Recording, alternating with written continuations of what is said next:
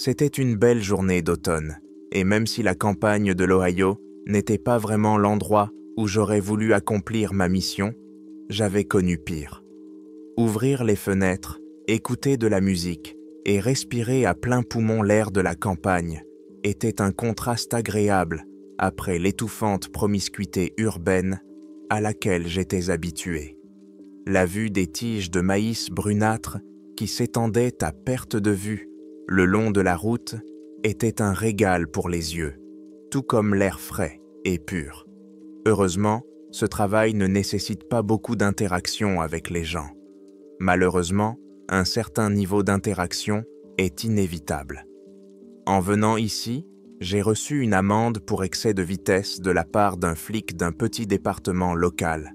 Et même si j'avais effectivement dépassé la vitesse autorisée, j'ai eu l'impression qu'il n'appréciait pas vraiment de voir un fédéral sur son territoire. La police locale ne nous aime pas beaucoup et, d'après ce que j'ai compris, elle a tendance à soupçonner que nous menons une mission top secrète derrière son dos. Je pense qu'elle a raison. J'ai continué à rouler sur la route de gravier jusqu'à ce que le GPS m'indique que ma destination se trouvait sur la droite. En m'approchant, j'ai baissé le volume de la radio et j'ai jeté un coup d'œil aux champs vides et au bois qui commençaient derrière eux. Puis, j'ai tourné sur une longue gallée, en terre battue, menant à la maison et au garage de notre civil. Je me suis garé, le coffre face au porche. En sortant de la voiture, j'ai de nouveau respiré l'air frais de la campagne et j'ai examiné l'espace opérationnel qui s'étendait devant moi. J'ai été surpris par la quantité de terrain et d'espace libre dont je disposais. L'espace, c'est une bonne chose pour ce genre de travail. De plus, on m'avait informé qu'il n'y avait pas de voisins à proximité dont il fallait se soucier. Je ne pouvais pas rêver d'un meilleur environnement. Après m'être étiré et avoir poussé un léger soupir, j'ai décidé qu'il était temps de se mettre au travail.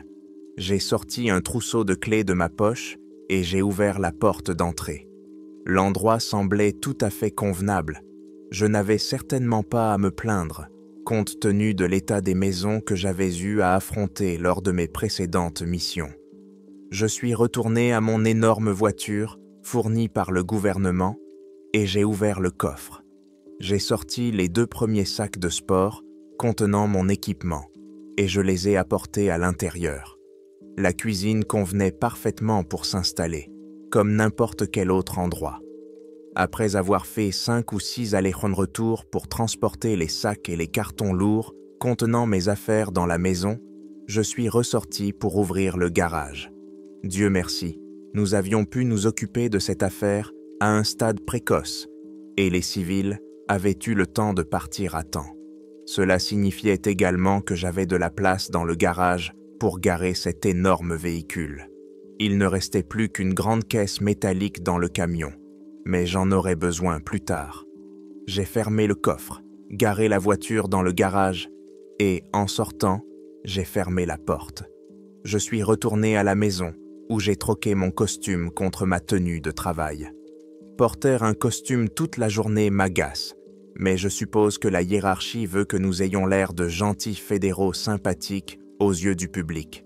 Le public n'a aucune idée des monstres que nous sommes en réalité. J'ai déballé boîte après boîte d'équipements et d'armes. J'ai chargé mon Glock avec un chargeur de 30 cartouches et j'ai fait de même avec mon fusil. J'ai vérifié les viseurs laser des 2 armes. Tout était en ordre. Ensuite, mon préféré, le meilleur viseur dont on puisse rêver. C'est agréable d'avoir un budget pratiquement illimité. Je suppose que c'est l'un des avantages de travailler pour le gouvernement fédéral américain. La dernière arme que j'ai prise était mon revolver Magnum calibre 357 que je gardais dans un étui sur ma poitrine. Je pense qu'il n'est donc jamais mauvais d'avoir un autre pistolet au cas où. Peut-être aurait-il fallu en prendre davantage au cas où les choses iraient trop loin. J'avais toujours mon couteau de chasse avec moi. Je l'avais aiguisé le matin avant de partir. J'ai passé les heures suivantes à errer dans les bois près de la maison et à installer à différents endroits des dizaines de mes petites caméras équipées de détecteurs de mouvement. Elle devait me donner une idée de l'emplacement de tout ce qui oserait s'approcher des champs entourant la maison. Je serais au courant de tout ce qui se déplacerait dans ma direction. Je n'ai pas fait preuve d'une grande prudence lors de l'installation. Le plus intéressant commence toujours à la tombée de la nuit. Je suis retourné à la maison où j'ai allumé mon ordinateur portable et vérifié que toutes les caméras étaient connectées et fonctionnaient. Je pouvais voir chacune d'entre elles et je saurais si quelque chose bougeait. Je me suis ensuite installé sur une chaise près de la table de la cuisine, j'ai ouvert la fenêtre et j'ai installé mon fusil pour observer les champs. Je suppose qu'il vaut la peine de mentionner pourquoi je me trouve ici, dans cette région isolée, à installer mon équipement sophistiqué dans la forêt et à charger tout un arsenal, seul dans une ferme qui ne m'appartient pas. Revenons en arrière. Le 1er mars 2017, à 3h33 du matin, le service de dispatching de l'Iowa reçoit un appel d'un agriculteur local. Il affirme voir une silhouette immobile à la lisière de la forêt sur sa propriété. D'après la description du fermier, il s'agissait d'un homme de taille et de corpulence moyenne, vêtu d'une chemise et d'un pantalon ample, noir ou gris, ainsi que d'un chapeau à large bord. Le fermier informe le répartiteur qu'il s'est réveillé soudainement il y a environ 1 heure, sans préciser pourquoi, et qu'il a remarqué peu après la silhouette derrière la fenêtre de sa cuisine. La silhouette se tenait à la lisière des arbres. Elle était tournée vers la maison et n'avait pas bougé d'un pouce depuis que le fermier l'avait remarquée. Le fermier a rapidement pris son fusil, était sorti dans le jardin et, menaçant l'intrus avec son arme, lui a ordonné de quitter immédiatement sa propriété privée.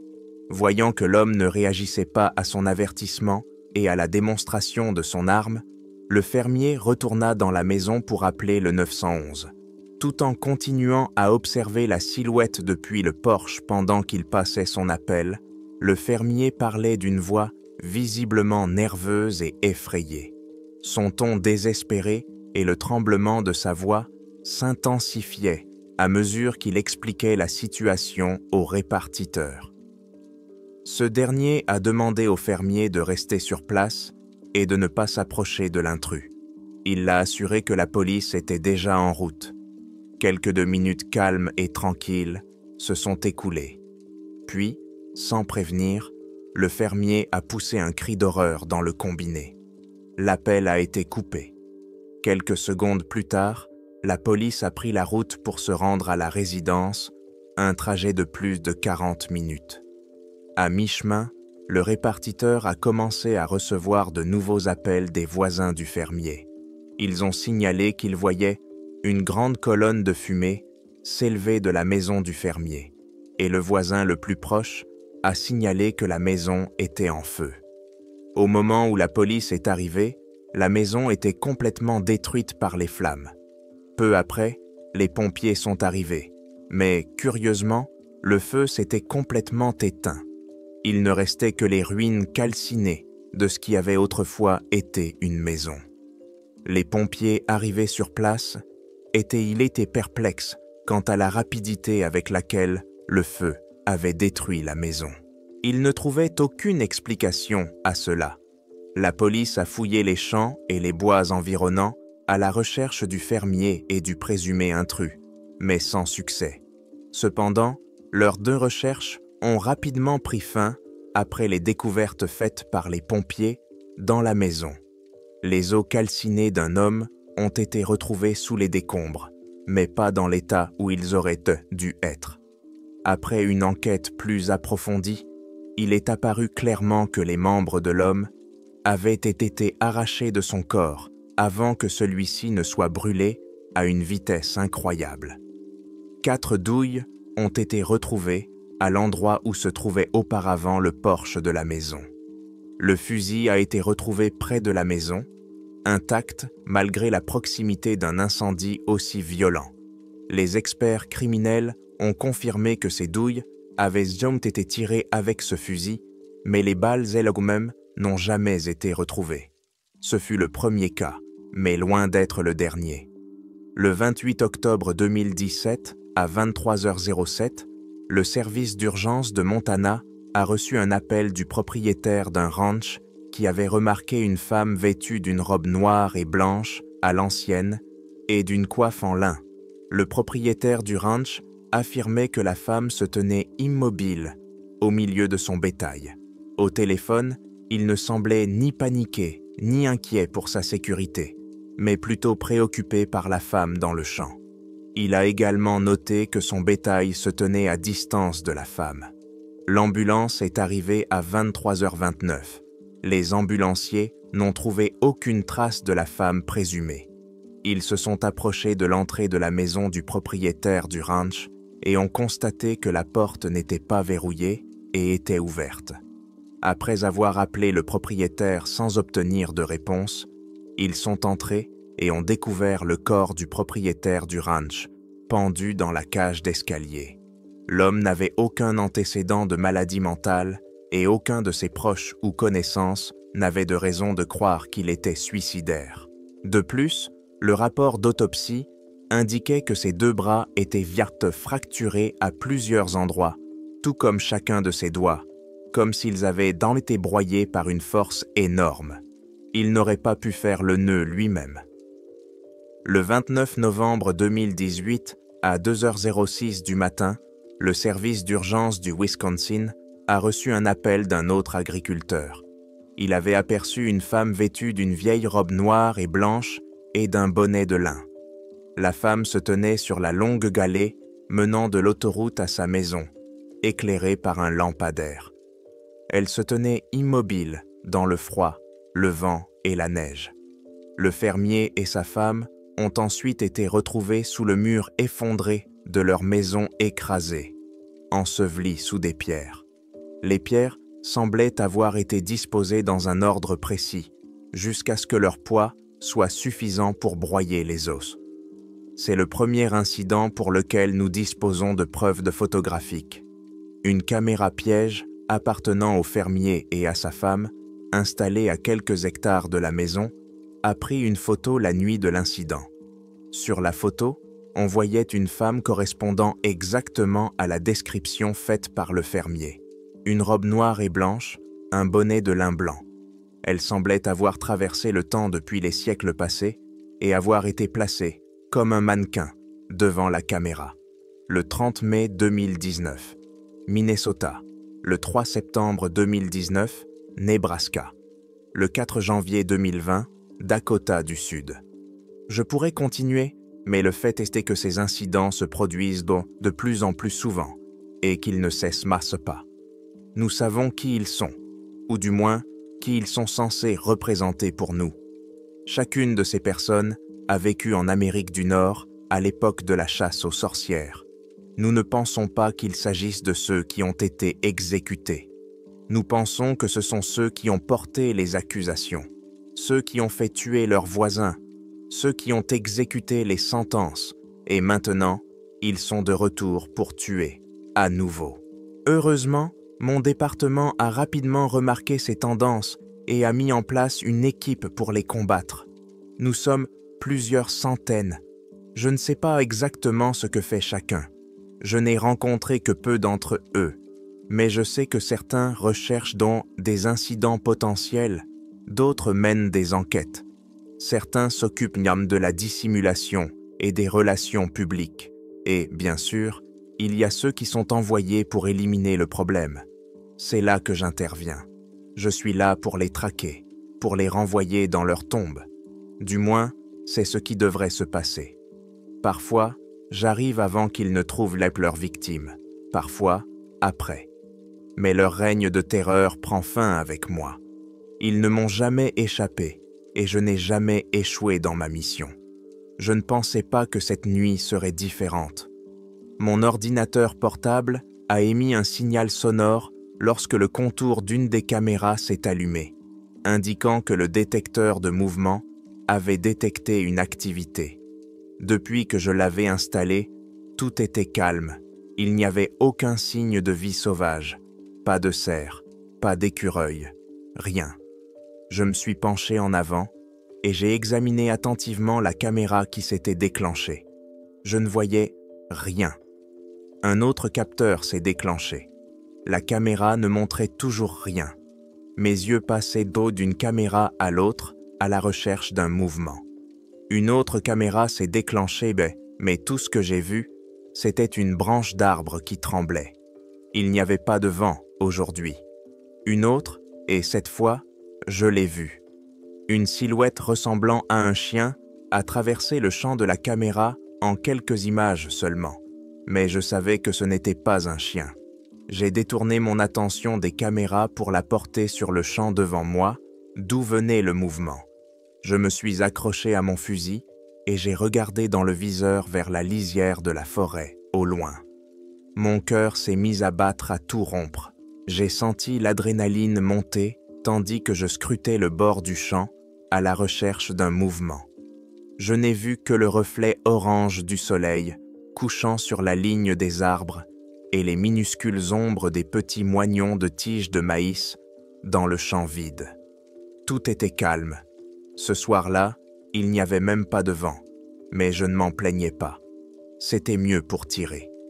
Pendant plusieurs minutes, j'ai continué à balayer la lisière de la forêt avec ma lunette, jetant de temps en temps un coup d'œil à l'œil nu.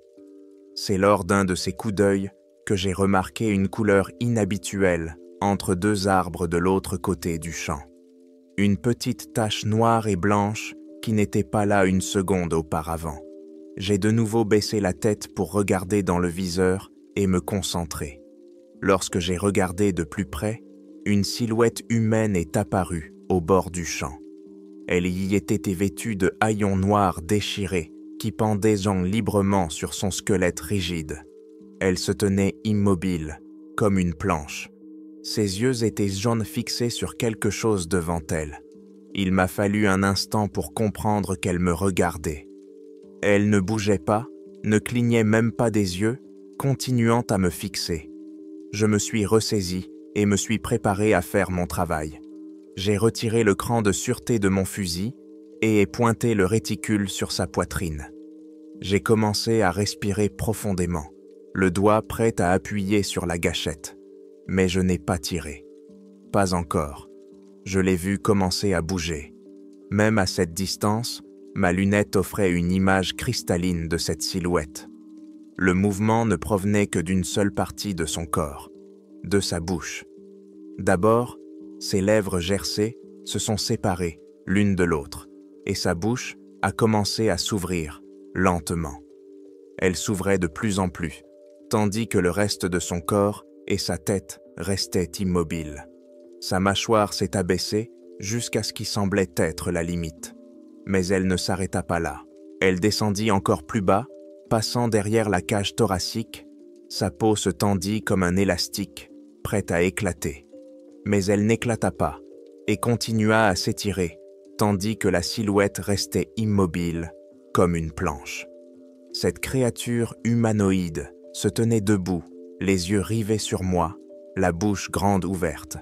Elle resta ainsi, la mâchoire pendante, pendant un instant que je ne devais pas lui accorder.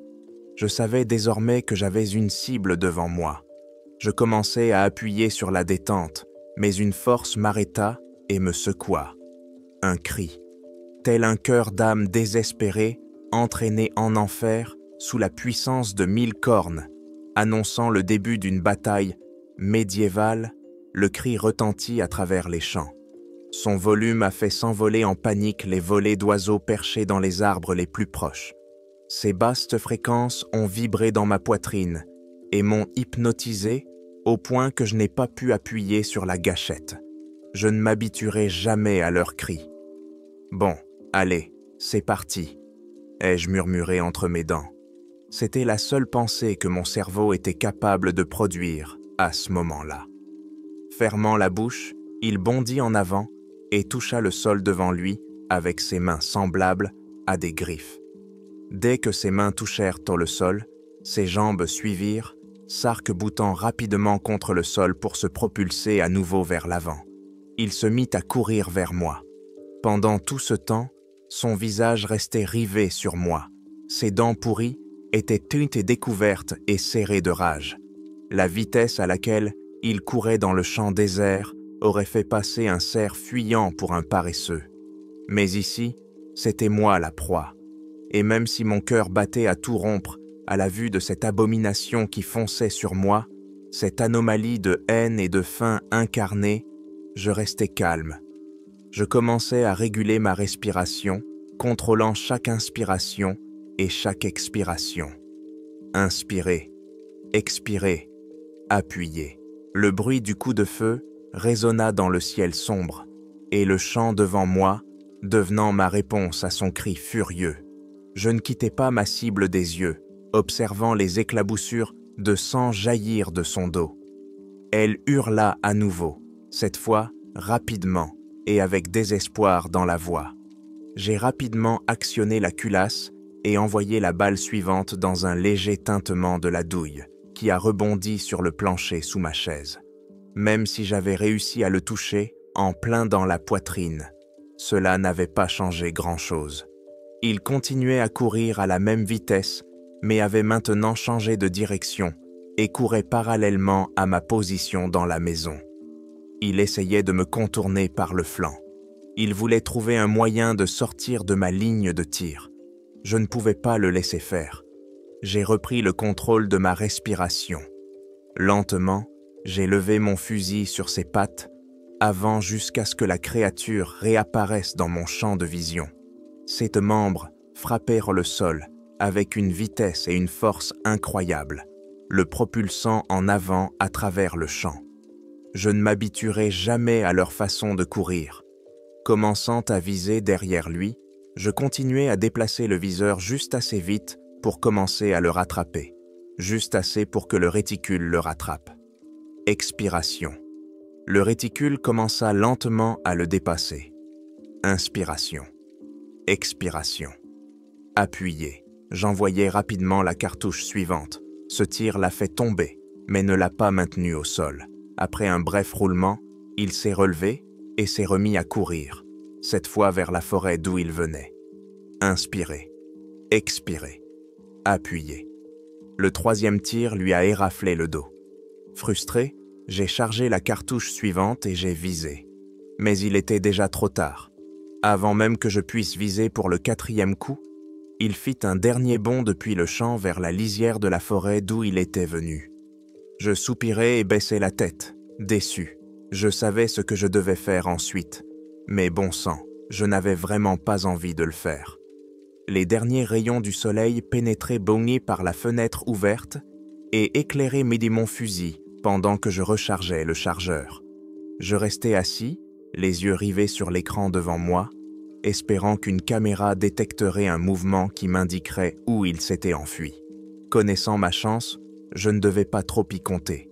Me résignant à la réalité, je me levai et préparai mon arme. Puis je ajustai mon appareil de vision nocturne sur ma tête et me dirigeai vers la porte. En sortant dans la rue, je poussai à nouveau un soupir. Cette fois-ci, c'était de tension. Chasser ces créatures, la nuit, sur leur propre territoire, n'est jamais aussi amusant et facile que de les abattre rapidement, à distance. Mais avais-je le choix? Je voulais juste en finir au plus vite. J'ai baissé mes lunettes et les ai allumées, éclairant le champ sombre d'une lumière verte et blanche. J'ai commencé ma longue traversée du champ. Cela m'a pris plus de temps que prévu. La vitesse de cette créature m'avait fait sous-estimer la taille du champ. Je marchais lentement et silencieusement. Je ne voulais pas que le craquement de mes pas dans la boue et les restes de tiges de maïs m'empêchent d'entendre. Si cette créature faisait du bruit, je devais l'entendre. Si seulement j'avais pu calmer ma respiration. Je n'avais pas parcouru la moitié du chemin jusqu'à la lisière de la forêt lorsque je suis tombé sur la première mare de sang, là où je l'avais abattu une deuxième fois et où il avait décidé de battre en retraite. Des morceaux de chair étaient éparpillés sur le sol, mais je ne me suis pas arrêté pour les examiner. Au lieu de cela, je me suis concentré sur la traînée de sang que je voyais et qui menait vers la forêt. Tout chasseur expérimenté a déjà traqué un cerf au moins une fois. Cela peut être très épuisant. La trace n'est pas toujours claire et on ne sait jamais jusqu'où elle mène.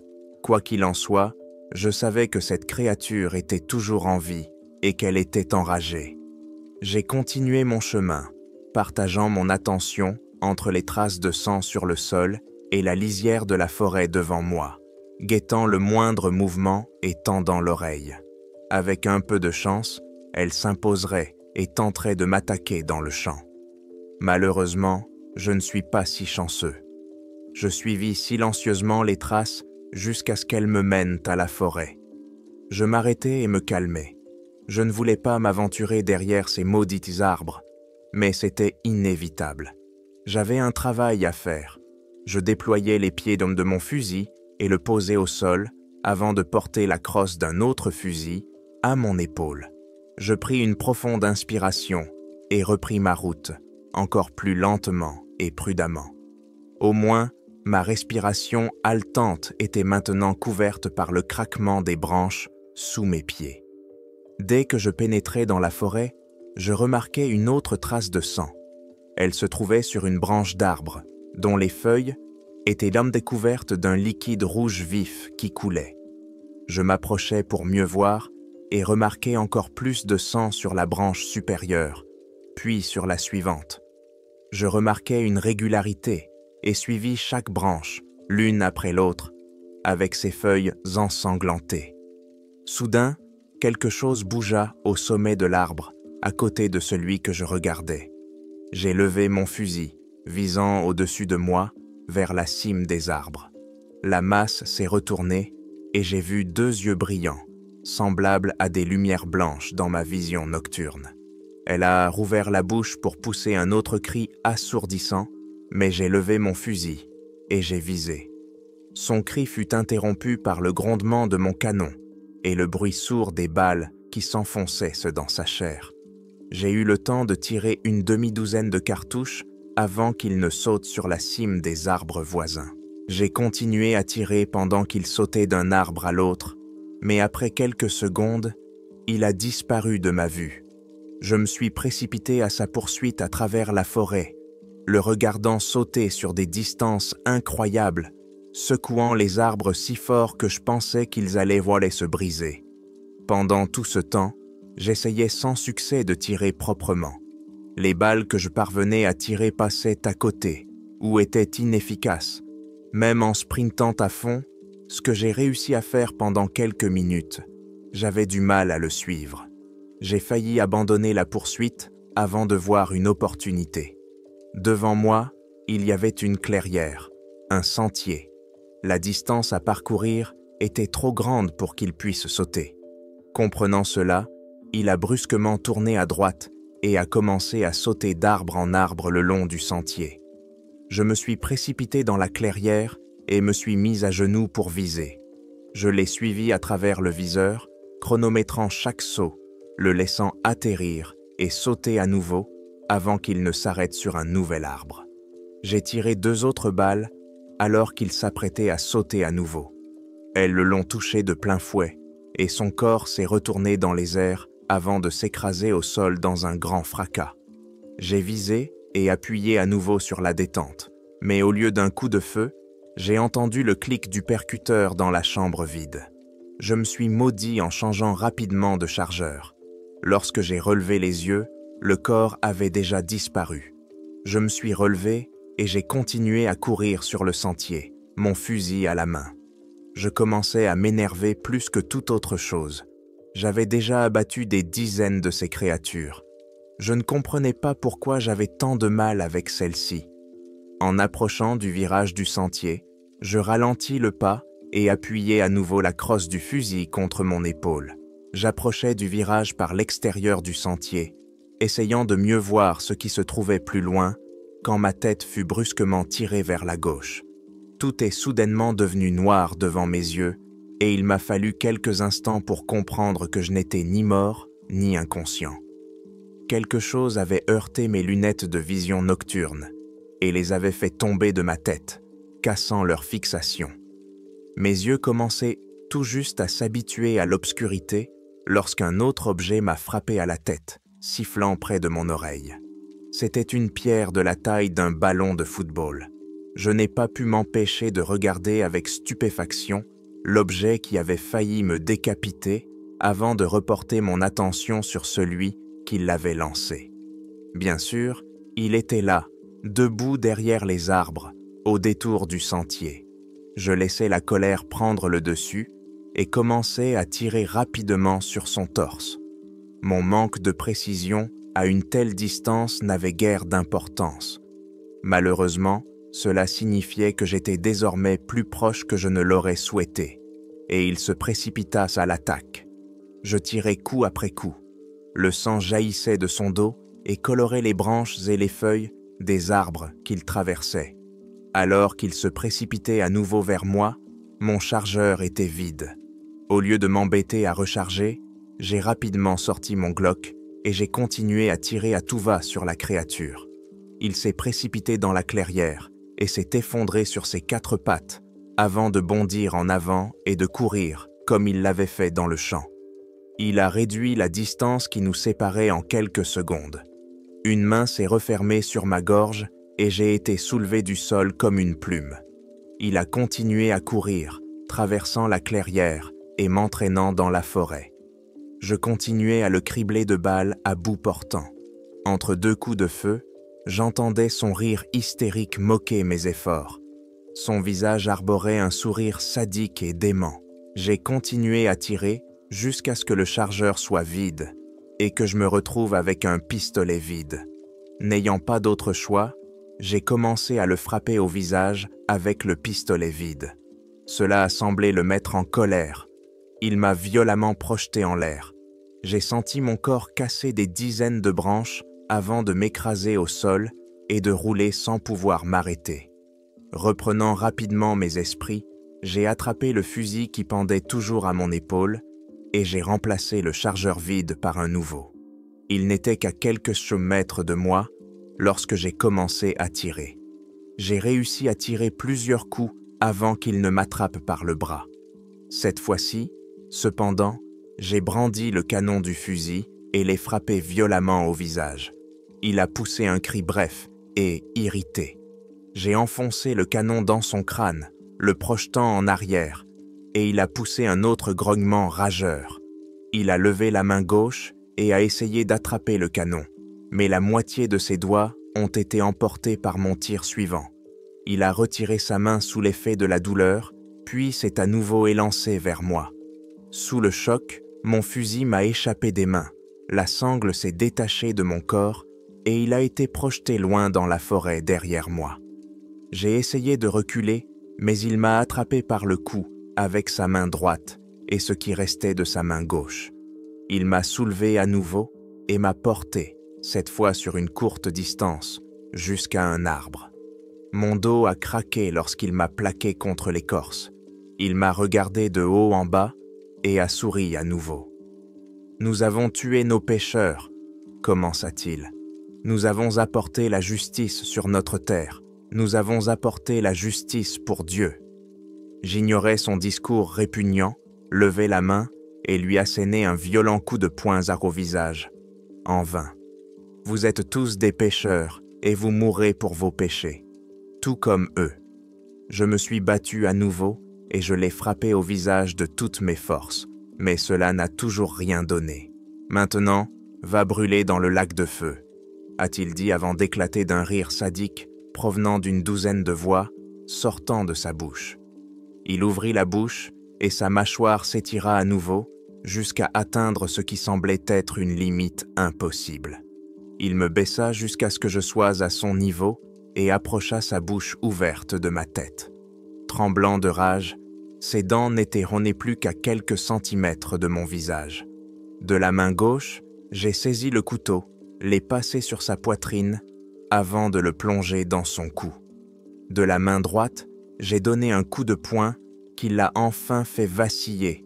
Il a pris son élan pour riposter et a frappé. Je l'esquivai miraculeusement, m'écartant au moment où son poing frappa l'arbre et le transperça, le fendant en deux avant même que les débris ne tombent au sol. Je profitai de cette occasion pour sortir mon 357e. Il se remit du coup et se tourna vers moi, retirant le couteau de son cou, d'où jaillissait le sang. Il me regardait, s'approchant lentement. Sa tête tremblait maintenant de rage plus que jamais. Sa bouche était entr'ouverte, dévoilant des rangées de dents humaines pourries. Je levai mon revolver et essayai d'aligner le viseur, mais je tremblais de trop. Je me ressaisis rapidement. Inspirer, expirer. Le guidon au niveau de la cible. Appuyer. Le recul fit rebondir le pistolet suffisamment pour que je puisse évaluer les dégâts. J'avais touché sa bouche, au coin de la mâchoire. Elle pendait, complètement arrachée d'un côté. Il hurla de douleur, s'étouffant dans son sang, et s'effondra au sol. Je visai à nouveau. Je tirai. Le deuxième coup lui arracha complètement la mâchoire. « Voyons voir si tu peux encore me mordre maintenant, » dis-je. Il a laissé tomber mon couteau et gisait maintenant sur le dos. Haletant, je me suis approché, armant à nouveau le revolver. Quand je l'ai fait, il a tendu sa main mutilée vers moi, mais je l'ai repoussé d'un coup de pied, avant de pointer le canon sur son crâne. Appuyé. Et puis, silence. Après avoir traîné le corps dans le champ, j'ai passé les heures suivantes à ramasser mon équipement perdu et endommagé et à rechercher minutieusement chacune de mes caméras. Puis j'ai pris ma voiture et je l'ai conduite jusqu'au bord du champ. Il me restait une chose à faire. J'ai ouvert le coffre et j'ai sorti une boîte métallique. Je ne comprends pas pourquoi ils les font aussi lourds. Je l'ai ouvert et j'y ai placé le cadavre avant de le fermer à l'aide d'un verrou extrêmement solide. Ensuite, il fallait creuser un trou. Ce n'était pas facile, surtout après avoir été battu et jeté à terre par un maniaque religieux immortel doté d'une force surhumaine. Mais au moins, c'était la dernière chose que j'avais à faire. J'ai fini de creuser la fosse, j'y ai déposé le cercueil métallique et je l'ai recouvert de terre. Ensuite, j'ai rassemblé mon équipement. Je l'ai emballé et je suis parti. Je suppose qu'une fois nos missions terminées, une équipe de nettoyage arrive et détruit toutes les preuves étranges. Je suppose qu'ils emportent aussi le corps. Où l'emmènent-ils? Que font-ils avec? Je n'en ai aucune idée. Mais on m'a strictement interdit de poser des questions à ce sujet et m'a simplement demandé de faire mon travail. Et pourtant, je me pose toujours ces questions. Mais ce qui m'interpelle encore plus, c'est la raison d'être de ces créatures. Que se passe-t-il, bon sang? Pourquoi maintenant? Est-ce que cela dure depuis plus longtemps que je ne le pense? Est-ce qu'on me ment? Que va-t-il se passer à l'avenir? Si cela continue, cela ne fait qu'empirer. Ils apparaissent de plus en plus souvent. Quand cela s'arrêtera-t-il? Et cela s'arrêtera-t-il? J'ai plus de questions que de réponses. Mais ce que je peux vous dire, c'est que ce problème ne disparaîtra pas de sitôt. Cela ne fera qu'empirer. Il y en aura de plus en plus, et non moins. Le nombre de morts ne fera qu'augmenter. Tôt ou tard, les gens finiront par tout découvrir. Alors, autant que ce soit maintenant. Peut-être que nous les arrêterons. Peut-être que tout cela prendra fin un jour. Ou peut-être que nous connaîtrons tout notre fin. Quoi qu'il en soit, je serai là pour le voir.